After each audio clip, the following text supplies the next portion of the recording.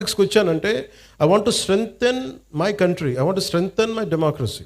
ఇది నేను అంటే ఇది నాకు దీనివల్ల పదవులు వస్తాయా ఏమొస్తా నాకు తెలియదు. కాకపోతే I feel it is my commitment to my nation.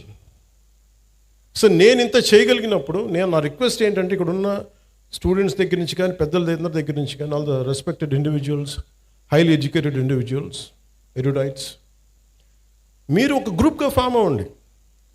మీరు వాట్సాప్ గ్రూపులు కులాల్లో ఉంటాయి కదా, కాస్ట్ వాట్సాప్ గ్రూప్స్ ఉంటాయి, లేదంటే రిలీజియస్ వాట్సాప్ గ్రూప్స్ ఉంటాయి.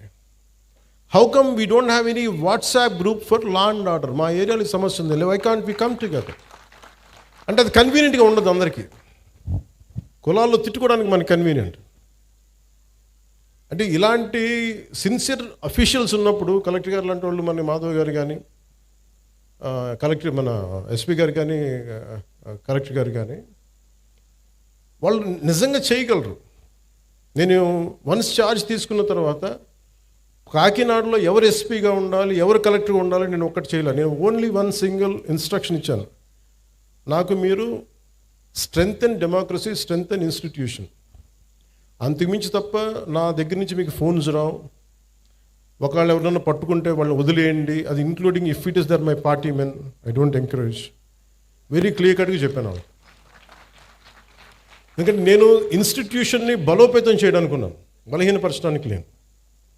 అంతేగాని ఒక ఎమ్మెల్సీ వాళ్ళ డ్రైవర్ని చంపేస్తే వెళ్ళి అతనిలాగా వెళ్ళి జైలుకి వెళ్ళి చాలా బాగా చంపేసామని నేను చప్పట్లు కొట్టే వ్యక్తిని కాదు, నేను తాడు తీసి కూర్చోబెట్టే వ్యక్తిని.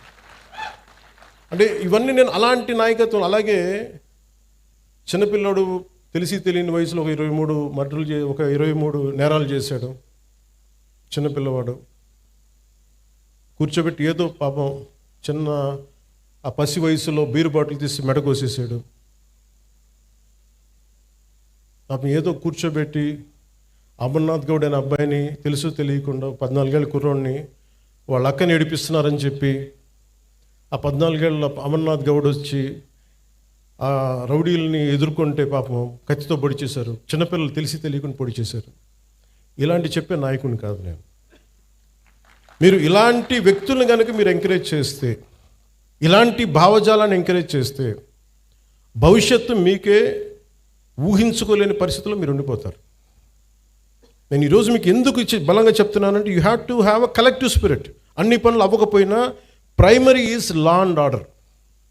లా అండ్ ఆర్డర్ బలంగా ఉంటేనే ఇప్పుడు మీరు కోరుకున్నట్టుగా కూర్చోబెట్టి ఏఐ కావచ్చు, పరిశ్రమలు కావచ్చు, రేపొద్దున ఏదైనా కాలేజీ సమస్యలు కావచ్చు, ఇవన్నీ కూడా సవ్యంగా ఉండాలంటే లా and order should be very strict and very strong.